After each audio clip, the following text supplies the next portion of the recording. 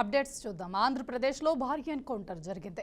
ఏకంగా 6 మావోయిస్టులు ప్రాణాలు కోల్పోయారు. వీరిలో మావోయిస్ట్ అగ్రనేత హిడ్మాతో పాటు ఆయన భార్య రాజీ కూడా ఉన్నట్లుగా తెలుస్తోంది. అల్లూరి సీతారామరాజు జిల్లా మారేడుమిల్లి అడవుల్లో జరిగిన ఎదురుకాల్పులతో ఉద్రిక్త వాతావరణం నెలకొంది.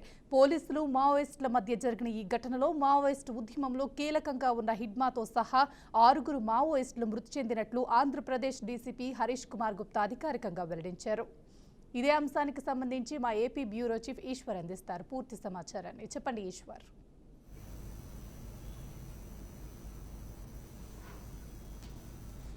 ఆంధ్రప్రదేశ్లో భారీ ఎన్కౌంటర్ చోటు చేసుకుంది. ఈ అల్లూరి సీతారామ జిల్లా అలాగే మారేడుమల్లి ప్రాంతం ఏజెన్సీ ప్రాంతంలో మావోయిస్టులకి పోలీసుల మధ్య ఎదురుకాల్పులు జరిగాయి. ఈ ఎదురుకాల్పుల్లో 6 మావోయిస్టులు మృతి చెందినట్టు మనకు సమాచారం వస్తుంది. ముఖ్యంగా మావోయిస్టు కేంద్ర కమిటీలో కీలకంగా ఉన్నటువంటి హిడ్మాతో పాటు అతని భార్య రాజీ కూడా మృతి చెందినట్టు మనకు సమాచారం వస్తుంది. గత కొంతకాలంగా ఏజెన్సీలో మావోయిస్టుల కదలికలపై పోలీసులు కూంబింగ్ నిర్వహిస్తూ ఉన్నారు. ఏజెన్సీ ప్రాంతం మొత్తాన్ని కూడా అణువణువు జల్లెడ పడుతున్న తరుణంలో మారేడుమిల్లి అటవీ ప్రాంతంలో మావోయిస్టులు పోలీసుల మధ్య జరిగినటువంటి ఎదురు కాల్పుల్లో దాదాపు 6 మావోయిస్టులు చనిపోయారు. దీంట్లో కీలకమైన మావోయిస్టులు అగ్రనేతలు కూడా ఉన్నట్టు మనకు సమాచారం వస్తుంది. మావోయిస్టు కేంద్ర కమిటీలో కీలకమైన సభ్యులు ఉన్నట్టు కూడా మనకు సమాచారం వస్తుంది. ఎదురుకాల్పులు పోలీసులకి మావోయిస్టులకి మధ్య ఎదురుకాల్పులు జరిగినట్లు ఆంధ్రప్రదేశ్ డీజీపీ కూడా ధృవీకరించడం జరిగింది. ఆంధ్ర ఒడిశా బోర్డర్లో ఎప్పుడు ఎన్కౌంటర్లు జరుగుతూ ఉంటాయి. అయితే ఈసారి మారేడుమిల్లి పరిసర ప్రాంతాల్లో అటవీ ప్రాంతాల్లోనే మావోయిస్టులకి పోలీసులకు మధ్య ఎదురుకాల్పులు కూడా జరిగాయి. పోలీసులు సాధారణంగా కూంబింగ్ నిర్వహిస్తున్న తరుణంలో ఈ మావోయిస్టుల డెన్ ఒకటి కనపడితే అక్కడ మావోయిస్టులు ఉన్నట్టు సమాచారం రావడంతో ఒక్కసారిగా పోలీసులు వాళ్ళ మీద దాడులు చేశారు. ఈ దాడుల్లో మావోయిస్టులు కూడా ఎదురుకాల్పులు జరిపిన నేపథ్యంలో చాకచక్యంగా పోలీసులు మావోయిస్టుల మీద కాల్పులు జరిపిన తరుణంలో 6 మావోయిస్టులు చనిపోతే దాంట్లో కీలకమైన అగ్రనేతగా ఉన్నటువంటి అలాగే మావోయిస్టు కేంద్ర కమిటీలో కీలక వ్యక్తిగా ఉన్నటువంటి వ్యక్తులతో పాటు మరికొంతమంది మావోయిస్టులు కూడా మృతి చెందినట్లు మనకు సమాచారం వస్తుంది. హిడ్మాతో పాటు అతని భార్య రాజీ కూడా చనిపోయినట్లు మనకు సమాచారం వస్తుంది. ఏజెన్సీ ప్రాంతంలో ఈ మావోయిస్టుల కదలికలు ఎక్కువగా ఉన్నట్టు పోలీసులకు సమాచారం రావడంతో పూర్తి స్థాయిలో కీలకమైన ప్రాంతాలు ఏదైతే ఏజెన్సీ ప్రాంతంలో మారేడుమిల్లి అటవీ ప్రాంతంలో మావోయిస్టుల కదలికలపై దృష్టి పెట్టినటువంటి పోలీసులు ఏకకాలంలో వాళ్ళ మీద దాడులు చేసినట్టు మనకు సమాచారం వస్తుంది. ఈ దాడుల్లో 6 మావోయిస్టులు చనిపోయిన నేపథ్యంలో మావోయిస్టుల కదలికలపై కూడా పోలీసులు లోతైన దర్యాప్తుతో పాటు జల్లెడ పట్టినట్టు మనకు సమాచారం వస్తుంది. అటు ఆంధ్ర ఒడిశా బోర్డర్లో కూడా మావోయిస్టుల కదలికలు ఎక్కువగా కనిపిస్తూ ఉన్నాయి. ఎప్పుడు కూడా ఎన్కౌంటర్ ఆంధ్ర ఒడిశా బోర్డర్లో జరుగుతూ ఉంటాయి. ఇది ఈసారి అక్కడి నుంచి మావోయిస్టులు తమ డెన్నును మార్చుకొని ఏదైతే మారేడుమిల్లి అల్లూరు సీతారామ జిల్లా మారేడుమిల్లి అటవీ ప్రాంతం దట్టమైన అటవీ ప్రాంతంగా మనం చెప్పుకోవచ్చు. ఆ ప్రాంతంలో ఉన్నటువంటి మావోయిస్టులకు సంబంధించినటువంటి పూర్తి స్థాయి సమాచారంతో పోలీసులు దాడులు నిర్వహించినట్టు తెలుస్తుంది. ఈ దాడుల్లో 6 మావోయిస్టులు చనిపోయారు. 6లో కూడా కేంద్ర కమిటీలో కీలకమైన వ్యక్తులతో పాటు మావోయిస్టుల అగ్రనేతలు కూడా ఉన్నట్టు మనకు సమాచారం వస్తుంది. Thank you Eshwar. Thanks for the update. ఐబొమ్మ కేసులో ఈడీ అధికారులు రంగంలోకి దిగారు. ఈ మేరకు కేసు వివరాలు ఇవ్వాలని హైదరాబాద్ సిపికి ఈడీ లేఖ రాసింది. ఐబొమ్మ వ్యవహారంలో మనీ లాండరింగ్ జరిగినట్టు ఈడీ అనుమానిస్తోంది. నిందితుడు ఇమ్మడి రవి బ్యాంకు ఖాతాల నుంచి పోలీసులు ఇప్పటికే 3.5 కోట్లు ఫ్రీజ్ చేసిన విషయం తెలిసిందే. బెట్టింగ్ యాప్స్ నుంచి ప్రకటనల రూపంలో రవికి నిధులు అందినట్టు దర్యాప్తులో తేలింది. క్రిప్టో వాలెట్ నుంచి రవి ఎన్ఆర్ఐ ఖాతాకు నెలకు 15 లక్షలు బదిలీ అయ్యాయి. నిందితుని బ్యాంకు ఖాతాల నిర్వహణపై ఈడీ అధికారులు పూర్తి స్థాయిలో దర్యాప్తు చేస్తున్నారు. దీనికి సంబంధించిన పూర్తి సమాచారాన్ని మా క్రైమ్ బ్యూరో చీఫ్ ఇన్నారెడ్డి అందిస్తారు.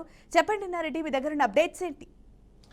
ఝాన్సీ, మనం చూసాము ఐబొమ్మ వ్యవహారంలో రవిని అరెస్ట్ చేసిన తర్వాత ఇక ఐబొమ్మ వ్యవహారంలో బొమ్మ పడినట్టు అని చెప్పేసి కూడా ఒక పక్కన పోలీసులు దీని మీద ఎంక్వైరీ చేస్తుంటే ఇప్పటికే రకరకాల కేసులు కూడా నమోదు చేయడం జరిగింది. దీంట్లో ప్రధానంగా గమనిస్తే ఇప్పుడు ఎన్ఫోర్స్మెంట్ డైరెక్టరేట్ అంటే మనీ లాండరింగ్ జరిగిందన్న అనుమానంతో enforcement directorate Hyderabad commissioner Sajjanar గారికి ఒక లేఖ రాయడం జరిగింది. ఇవంతా కూడా మనం చూస్తూ ఉన్నాం. ఐబొమ్మలో మనం కొత్త కొత్త సినిమాలు చూస్తున్నామని చెప్పేసి మనం అనుకుంటున్నాం. కాకపోతే మనం చూస్తున్నప్పుడు ఏమైతే లింకులు ఉన్నాయో ఆ లింకులు మనకు మొబైల్లో ఇన్స్టాల్ అవ్వడం, తర్వాత యాప్లు, తర్వాత అలాగనే ఆ మొబైల్ యాప్లో గేమింగ్ యాప్లు డైవర్ట్ అవడంతో ఈ గేమింగ్కి సంబంధించిన వ్యక్తులు ఎవరైతే ఉన్నారో వాళ్ళు కోట్లాది రూపాయల డబ్బులు ఇస్తున్న నేపథ్యంలో మనం చూసాం. దీనికి సంబంధించి ఇప్పటికే ఎప్పుడైతే పోలీసులు రవిని అరెస్ట్ చేశారో దాదాపుగా 3.5 కోట్ల రూపాయలు సీజ్ కూడా చేయడం జరుగుతూ ఉంది. సో ఈ నేపథ్యంలో మనీ లాండరింగ్ అన్న విషయం మీద ఎప్పుడైతే ప్రెస్ మీట్ పెట్టిన సజ్జనర్ గారు కూడా కొంత అనుమానం వ్యక్తం చేసిన నేపథ్యంలో దీనికి సంబంధించిన పూర్తి సమాచారం అందజేయాలని చెప్పని కూడా సజ్జనర్ గారికి ఈడీ లేఖ రాయడం జరిగింది. దీంట్లో మనం చూస్తే ఈయన క్రిప్టో వ్యాలెట్ నుంచి ప్రతి నెల 15 లక్షల రూపాయలను తన బ్యాంక్ అకౌంట్లోకి ట్రాన్స్ఫర్ చేసుకోవడం అనేది, ఈ క్రిప్టో అకౌంట్కి డబ్బులు పంపించిన వాళ్ళు ఎవరు, అలాగనే ఈ విదేశాలకు సంబంధించిన కరెన్సీకి సంబంధించిన వ్యవహారం కాబట్టి దీంట్లో మనీ లాండరింగ్ జరిగిందన్న విషయం మీద ఇప్పటికే కొంత కీలకమైన సమాచారాన్ని సేకరించిన తర్వాత దీనికి సంబంధించిన పూర్తి సమాచారం ఇవ్వాలంటూ కూడా హైదరాబాద్ కమిషనర్ సజ్జనర్ గారికి లేఖ రాయటం, ఆయన దీనికి సంబంధించి పూర్తి వివరాలు అంటే ఎన్ని బ్యాంక్ అకౌంట్స్ ఉన్నాయి, క్రిప్టో కరెన్సీ ఉన్న అకౌంట్ ఏంటి, దాని నుంచి ప్రతి నెల 15 లక్షల రూపాయల అకౌంట్ ట్రాన్స్ఫర్ చేసుకునే నేపథ్యంలో ఇలా ఎన్ని నెలలుగా చేస్తూ ఉన్నారు అన్న అన్ని వివరాలతో పాటు ఈ గేమింగ్ యాప్లు ఏమైతే ఉన్నాయో ఇవి ఎన్ని గేమింగ్ యాప్లు దీంట్లో ఇన్వాల్వ్ అయి ఉన్నాయి, దీంట్లో ఎంత మేరకు గేమింగ్ యాప్ వాళ్ళు ఈ రవికి పే చేశారు, ఇట్లా మొత్తం ఓవరాల్గా అన్ని విషయాలు కనుక గమనించినప్పుడు కొంత క్రిప్టో కరెన్సీ వ్యవహారం వచ్చింది. కాబట్టి ఖచ్చితంగా ఈ గేమింగ్ యాప్ వాళ్ళు ఎప్పుడు కూడా విదేశాలకు సంబంధించిన కంపెనీలు కాబట్టి వాళ్ళు జనరల్గా డైరెక్ట్గా క్యాష్ ఇవ్వరు, వాళ్ళు క్రిప్టోనే పంపిస్తారు. కాబట్టి ఆ క్రిప్టో కరెన్సీ అనేది వీళ్ళు క్రిప్టో వ్యాలెట్లో డబ్బులు అందజేయడం జరుగుతూ ఉంది. ఆ వ్యాలెట్లో నుంచి అకౌంట్లోకి ఓన్లీ 15 లక్షల రూపాయలు మాత్రమే ట్రాన్స్ఫర్ చేసుకున్న నేపథ్యం చూస్తూ ఉన్నాం. మరి క్రిప్టో వ్యాలెట్లో ఎంత అమౌంట్ జమ అయింది, దానికి పంపించిన వ్యక్తులు ఎవరు, దీంట్లో మనీ లాండరింగ్ జరిగిందని చెప్పిన వ్యవహారం మీదనే ప్రస్తుతం ఎన్ఫోర్స్మెంట్ డైరెక్టరేట్ దర్యాప్తు కొనసాగిస్తున్న నేపథ్యంలో పూర్తి డీటెయిల్స్ కావాలని చెప్పని సజ్జనర్ గారికి లేఖ రాయడం జరిగింది. సజ్జనర్ గారు కూడా తమ దగ్గర ఉన్న పూర్తి సమాచారాన్ని పంపిస్తూ దీంట్లో ఎక్కడెక్కడ మనీ లాండరింగ్ జరిగే అవకాశం ఉందన్న విషయం మీద కూడా అన్ని వివరాలు అందజేస్తామని సజ్జనర్ గారు చెప్పడం జరుగుతూ ఉంది. Jhansi. Right, thank you Reddy for the updates. రాష్ట్ర వ్యాప్తంగా ఎక్కడికక్కడ పత్తి కొనుగోళ్లు నిలిచిపోయాయి. తమ సమస్యలను పరిష్కరించాలంటూ జన్నింగ్ మిల్లుల యాజమాన్యాలైతే సోమవారం నుంచి నిరవధిక బంద్కైతే పిలుపునిచ్చిన నేపథ్యంలో భాగంగా రాష్ట్ర వ్యాప్తంగా మిల్లులన్నీ మూతపడ్డాయి. ఎక్కడికక్కడ ఒక క్వింటా పత్తిని కూడా కాంటనైతే పెట్టలేదు. రోజు వేలాది బస్తాలు, వందలాది మంది రైతులతో కిటకిటలాడే ఎనుమాముల వ్యవసాయ మార్కెట్లోని పత్తి యార్డు బోసిపోయింది. పత్తి రైతులనైతే ఆదుకోవాలని యాజమానులకు మద్దతుగా బీఆర్ఎస్ ఆందోళనలకైతే దిగింది. రైట్, ఇక ఇదే అంశంపై మరిన్ని అప్డేట్స్ మా ప్రతినిధి రవీంద్ర అందిస్తారు. చెప్పండి రవీంద్ర. ఝాన్సీ, ఏదైతే పత్తి కొనుగోలు నిరవధిక సమయం ఏదైతే వాళ్ళు సిసిఐసి వాళ్ళు మొత్తం బంద్ పెట్టడం జరిగింది, మార్కెట్ పత్తి యార్డు మార్కెట్లన్నీ కూడా నిన్నటి నుండి సోమవారం నుండి ఈ రోజు వరకు కూడా తెలుసుకోకుండా మొత్తం కూడా ఎక్కడికక్కడ నిలిపివేశారు. రాష్ట్ర వ్యాప్తంగా పత్తి కొనుగోలు మొత్తం కూడా నిలుపుదల చేయడం జరిగింది. ఎందుకంటే రైతు దగ్గర నుండి మామూలు ప్రభుత్వ రేటు 8,100 ఉన్నప్పటికీ ఒక కింటాకి ఇప్పుడున్నటువంటి రేటు మార్కెట్ యార్డులకు ప్రతి రైతుల దగ్గర తీసుకువెళ్తే 5,000 పైసలకు, అంటే తేమను బట్టి, తేమ 12% ఉంటేనే ఈ రేటు, కొంత 10% ఉంటే ఒక రేటు అనేది తేమను బట్టి ఒక రేట్ అయితే నిర్ణయిస్తారు. ఆ రేటును అంటే సిసిఐ కనుక డైరెక్ట్ రైతుల దగ్గర కొనుగోలు చేయాలంటే వాళ్ళు మీ సేవకి వెళ్ళాలి, మీ సేవల పట్టా పాస్బుక్లు పెట్టాలి, అక్కడ ఆన్లైన్ చేసి ఆ తర్వాత అక్కడి నుంచి రిసిప్ట్లు తీసుకొని వచ్చి ఆన్లైన్ సిసిఐకి ఇస్తే వీళ్ళు ప్రభుత్వం రేట్ ఇస్తామనేది అయితే ఒక రూల్ పెట్టుకొని వీళ్ళు ఉన్నారు. రైతులు మామూలుగా అయితే వాళ్ళే ఒక ఎకరాన 14 క్వింటాలు పండాల్సిన పత్తి ఈ వర్షాల ప్రభావాల వల్ల కనీసం 5-6 క్వింటాలు పండినటువంటి దాఖలాలు కూడా లేదు. రైతులు పూర్తి స్థాయిలో నష్టపోయి ఉన్నందున ప్రభుత్వం కూడా మొన్న వర్షాల వల్ల పత్తి రైతులు కానీ వరి కానీ ధాన్యాన్ని కానీ ఎక్కడైతే నష్టం జరిగిందో అక్కడ రైతులను గుర్తించి వారికి ఎకరాన 10,000 చొప్పున గిట్టుబాటు ధర మనం కల్పించాలనేది కూడా ప్రభుత్వం ఈ మధ్యన ప్రకటించింది.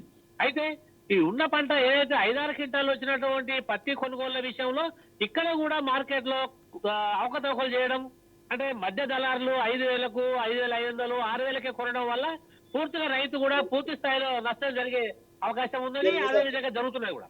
అంటే మొత్తానికి చూసినట్లయితే కనుక పత్తి రైతులు ఎవరైతే ఇబ్బంది పడుతున్నారో సిసిఐ వాళ్లకు సరైన ఒక ఎకరాన అంటే వాళ్ళ మధ్య దళారులు అయితే ఎవరైతే CCIకి వెళ్ళాలో అమ్మడానికి కనుక వాళ్ళు ఈ రేటు మాకు పడదు, ఈ రేటు మేము ఇవ్వలేమని చెప్పేసి వాళ్ళు CCIs వాళ్ళు చేయలేటం జరిగింది.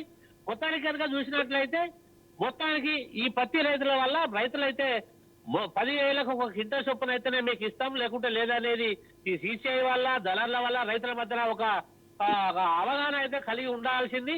మొత్తానికి కూడా ఈ CCI వాళ్ళు మొత్తం డోర్లు మూసుకొని మేము కొనలేము, మీ రేటు మేము పెట్టలేము, ఈ తేమ శాతం ఎక్కువ ఉన్నందున ఈ వర్షాల వల్ల ఈ పత్తి ఏదైతుందో అది ఎక్కువ తేమ లేదు కాబట్టి పూర్తిగా తేమతో నిండి ఉన్నది కాబట్టి మాకు లాస్ అవుతుంది కాబట్టి ఆ రేట్లో మేము పెట్టి కొనలేమన్న దాంతో రాష్ట్ర ప్రభుత్వం మొత్తం అయితే కూడా నిరవధిక సమ్మె వాళ్ళు CCI చేయడం జరిగింది. అందులో భాగంగానే రాష్ట్ర ప్రభుత్వం వైఫల్యం, రాష్ట్రం పక్షాన ప్రభుత్వం పక్షాన రైతులకు న్యాయం జరగట్లేదని ఈ రోజు అయితే రాష్ట్ర పర్యటనలో TRS నాయకుడు BRS నాయకుడు అయితే హరీష్ రావు ఆ మార్కెట్ యార్డులను సందర్శించడం, వాళ్ళు ధర్నాలు ఆ తర్వాత ప్రభుత్వం మీద నిరసన కార్యక్రమం అయితే చేపట్టడం జరిగింది. ఇందులో భాగంగానే రేపు ప్రభుత్వం ఏం చర్య తీసుకోబోతుంది, ప్రభుత్వం ఏ రేట్ అయితే వాళ్ళకు అందుబాటులోకి తీసుకురావడంలో మనం వేచి చూడాల్సిందే. Jhansi. Right Ravindra, thanks for the update. Maoist కీలక నేత హిడ్మా డైరీ ఇప్పుడు భద్రతా బలగాలు పోలీసులు కీలక సమాచారాన్ని ఇచ్చింది. దీంతో రంగంలోకి దిగిన ఆక్టోపస్ పోలీసులు విజయవాడలో మకాం వేసిన 27 మంది మావోయిస్టులతో పాటు కాకినాడలో మరో 4గురికి అరెస్ట్ చేశారు. రాష్ట్ర వ్యాప్తంగా ఇంకా 60 మంది మావోలు ఉన్నట్లు పోలీసులు గుర్తించి సోదాలు చేస్తున్నారు. ఏదో పెద్ద స్కెచ్తోనే హిడ్మా తన టీంను ఏపీలో దింపిందని పోలీసులు భావిస్తున్నారు. ఇదే అంశానికి సంబంధించి పూర్తి సమాచారాన్ని మా రిపోర్టర్ సుబ్బు అందిస్తారు. చెప్పండి సుబ్బు.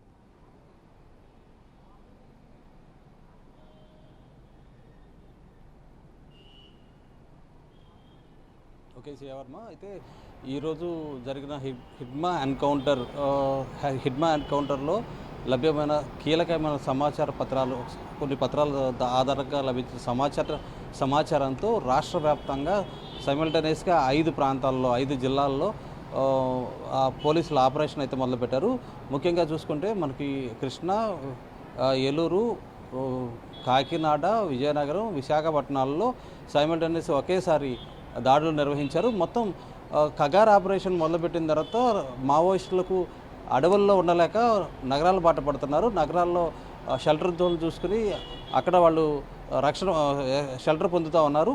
కొన్ని చోట్ల ఒక్కొక్క ప్రాంతంలో కొంతమందికి చొప్పున ఇలా షెల్టర్ పొందుతూ ఉన్నారు. ఈ నేపథ్యంలో హిడ్మా డైరీ లభించిన తర్వాత రాష్ట్రంలో 60 మంది మావోయిస్టులు యాక్టివ్గా నగరాల్లో ఉన్నట్టుగా కూడా గుర్తించారు. ఈ నేపథ్యంలోనే విజయవాడలో జరిగిన ఏదైతే కానూరు సమీపంలోని కొత్త ఆటో నగర్లో విజయవాడలో ఏదైతే మావోయిస్టులు ఉన్నారన్న సమాచారంతో పోలీసులు రంగంలో దిగారు. పోలీసులతో పాటు ఆక్టోపస్, గ్రేహౌండ్స్ దళాలు కూడా రంగంలో దిగినాయి. మొత్తం వాళ్ళంతా కూడా ఒక ఆటోనగర్ ప్రాంతంలో ఒక ఇంట్లో షెల్టర్ జోన్ ఏర్పాటు చేసుకుని అక్కడ ఉంటున్నట్టుగా కూడా సమాచారం పోలీసులకు ఉంది. వెంటనే అప్రమత్తమైన పోలీసులు సుమారు 200 మంది పోలీసులు ఒక ఆపరేషన్ నిర్వహించి వాళ్ళందరినీ కూడా అదుపులో తీసుకున్నారు. ఈ సమాచారంతో పాటు ఒక డంప్ కూడా ఉన్నట్టుగా కూడా పోలీసులకు సమాచారం ఉంది. ఈ డంప్ను కూడా పోలీసులు స్వాధీనం చేసుకున్నారు. మొత్తం ఈ 21 మందిలో కూడా 21 మంది మహిళలు ఉన్నట్టుగా కూడా పోలీసులు మనకి కొంచెం సమాచారం అందుతుంది. ఈ 6గురు మాత్రం కేంద్ర కమిటీ సభ్యులు ఉన్నట్టుగా కూడా విజయవాడలో దొరికిన వాళ్ళలో కేంద్ర కమిటీ సభ్యులు ఒక 6గురు ఉన్నట్టుగా కూడా తెలుస్తుంది. దీంతో కీలకమైన నేతలు చాలా వరకు విజయవాడలో లభ్యమయ్యేటట్టుగా కూడా ఎస్పీ గంగాధర్ కూడా ఎస్పీ కూడా చెప్పడం జరిగింది. ఎస్పీ విద్యాసాగర్ నాయుడు చెప్పడం జరిగింది. పోలీసులు ఈ ఆపరేషన్లు దొరికిన వాళ్ళందరినీ ఒక సీక్రెట్ ప్లేస్కి ఒక రహస్య ప్రదేశాన్ని తీసుకెళ్ళి అక్కడ విచారిస్తున్నట్టుగా కూడా తెలుస్తుంది. వీళ్ళ నుంచి కొంచెం కీలకమైన సమాచారం రానున్నట్టుగా కూడా ఎస్పీ చెప్పడం జరిగింది.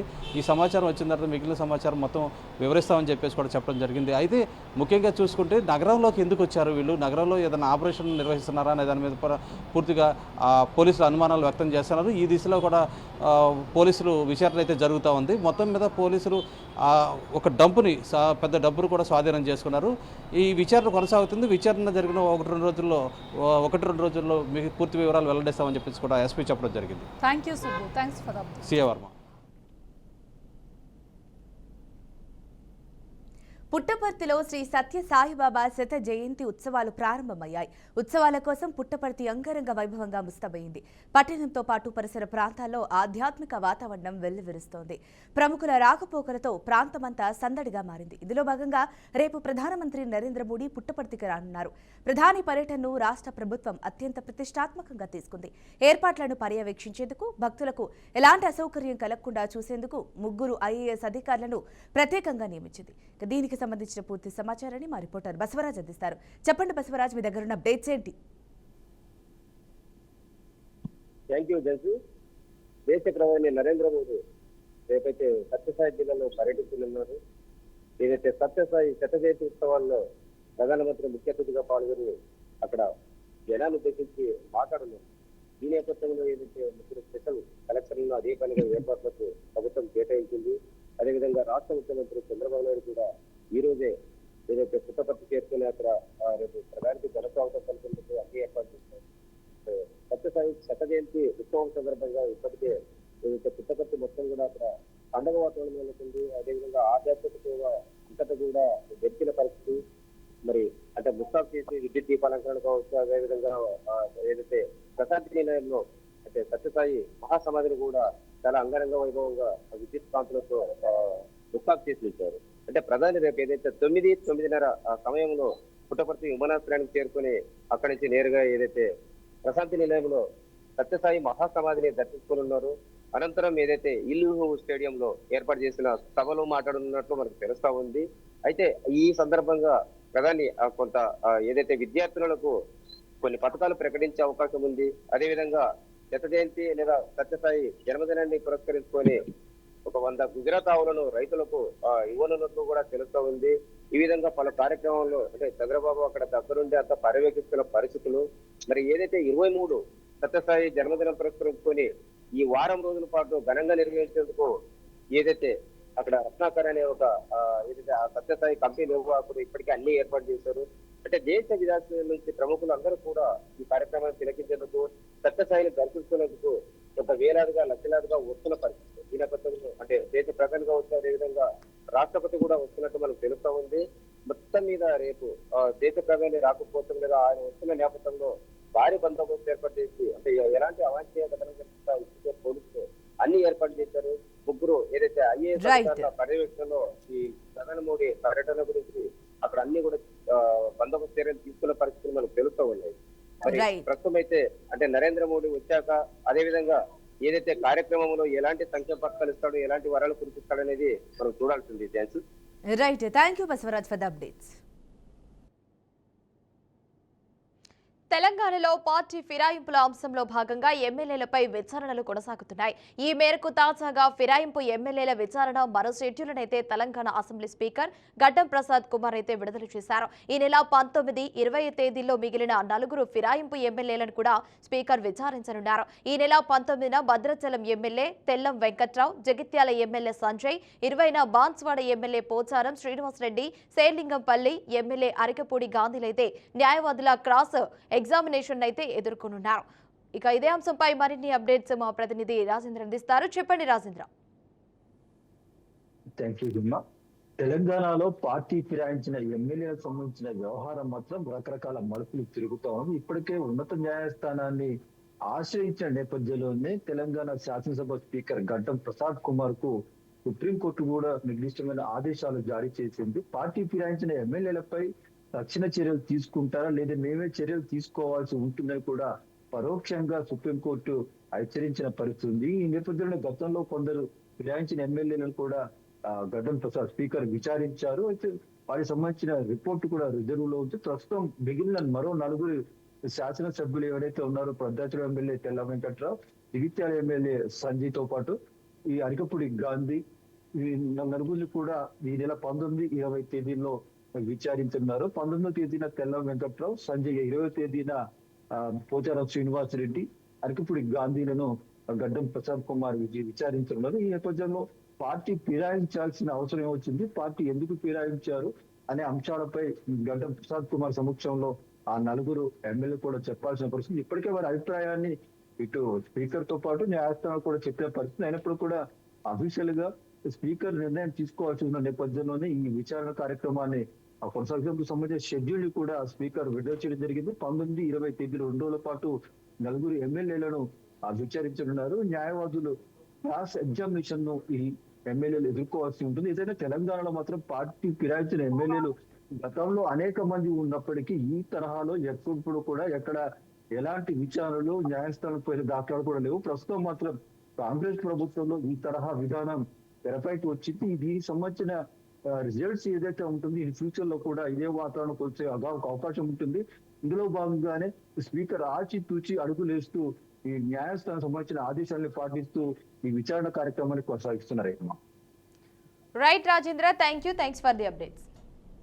ఇవి 686 అప్డేట్స్. మరిన్ని అప్డేట్స్ కోసం చూస్తూనే ఉండండి బీఆర్కే న్యూస్ తెలుగు సత్తా.